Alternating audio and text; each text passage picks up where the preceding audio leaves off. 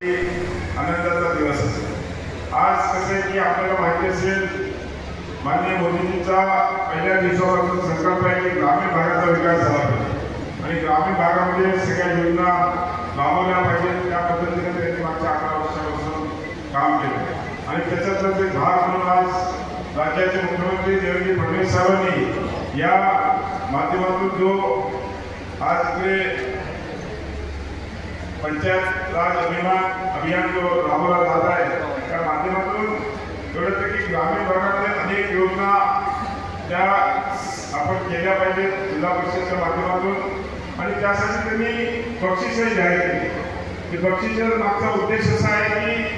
प्रत्येक थोडीशी कॉम्पिटिशन असते की सगळ्यांना जास्तीत जास्त या योजनेचा लाभ घेतील आणि जे 7 मुख्य घटक त्याच्यामध्ये की सुशासन म्हणजे गुड गव्हर्नन्स,